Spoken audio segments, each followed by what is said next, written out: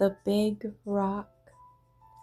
If you walk around a certain rock in Australia, you will really go on a hike, a 5-mile hike. This great rock is 1.5 miles long and a mile wide, and if you could climb up to its top, you'd be 1,100 feet, almost as high as the top of the world's tallest building. From the top of the rock, you'd see flat desert country that makes up so much of Australia. You'd see scattered hills, valleys, and other rock formations. And you'd be standing on one of the biggest rocks in the world. This famous landmark is Ayers Rock, named in honor of Sir Henry Ayers, who was a leader of the government of South Australia. Thousands of tourists came each year to see this giant rock, which is now part of Ayers Rock, Mount Olga National Park. And Ayers Rock is quite a sight, for it seems to change color in the sunlight. In the morning the rock looks deep purple, but in the light of the setting sun it's a brilliant orange.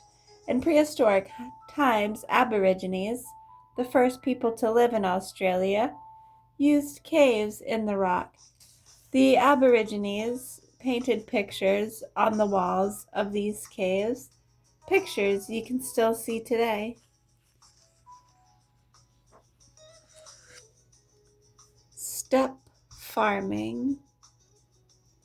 Many farmers in Asia plant their crops on big flat steps they can dig in hillsides. During a rainstorm, what could happen if you had a hill planted with seeds? The rain could loosen the dirt and wash it, and your seeds down to the bottom of the hill. Hillside farming is tricky. You have to prepare the hill first so that the rain won't wash away the dirt and your seeds. One way to prepare the land is to make terraces, like large stair steps on the hill. You dig ditches in the terraces and then plant the seeds on the terraces. When it rains, the water will sink into the ground on the terraces instead of washing the dirt and seeds away. The water will help make the plants grow on the terraces. Many people in Asia live on hilly land. They don't have flat fields, so they have to use terrace farming. If they want a garden, they have to plant it on terraces so that their gardens won't wash away.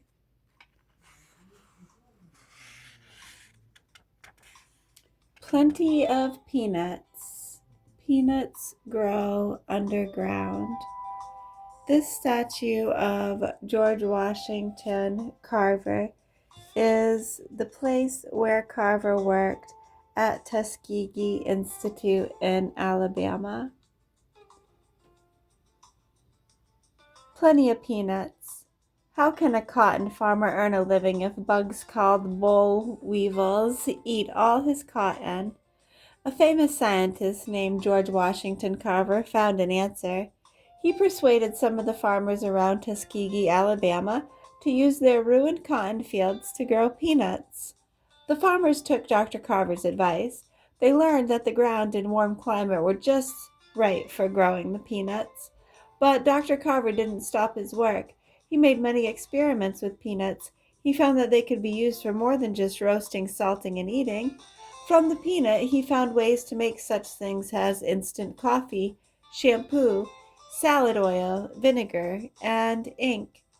Today, Alabama is one of the leading states in producing peanuts, and the farmers have never been sorry that they changed from cotton picking to peanut picking.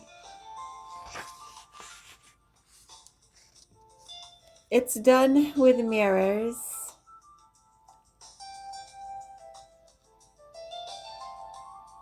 When a magnifying glass is held the right distance from a piece of paper, it brings the sun rays together at one point, the burning point. The heat at this point is so great it burns the paper. The sun's energy can also be used to run a solar furnace. Solar means of the sun, and a solar furnace is one that is powered by the sun. One of the world's largest, most powerful solar furnaces is in Harlow, France. This furnace is set high in the Pyrenees Mountains, where the air is clear. How is the sun's energy used to run this furnace?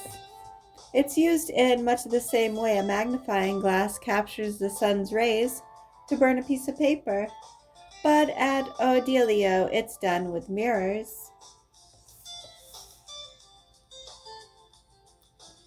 There are 63 large, flat mirrors standing on a hillside. Opposite these flat mirrors is a huge saucer-shaped mirror that covers one side of a 10-story building. In between the flat mirrors and the big saucer-shaped mirror is a tower with a solar furnace inside. The flat mirrors on the hillside catch the sun's rays and reflect them onto the huge saucer-shaped mirror. This big mirror reflects the sunlight back to the solar furnace. Steel shutters in front of the furnace control the amount of sunlight that goes into the furnace at the burning point. The heat is so intense at this point, it can burn holes through heavy metals. Right now, this solar furnace is used only for experiments, but someday, solar energy may be used to run factories and heat houses. Maybe someday.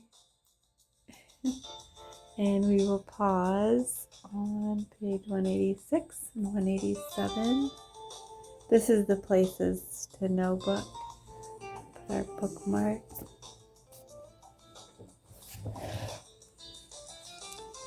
This book, Places to Know. Childcraft books. These are great books. We'll read some more later.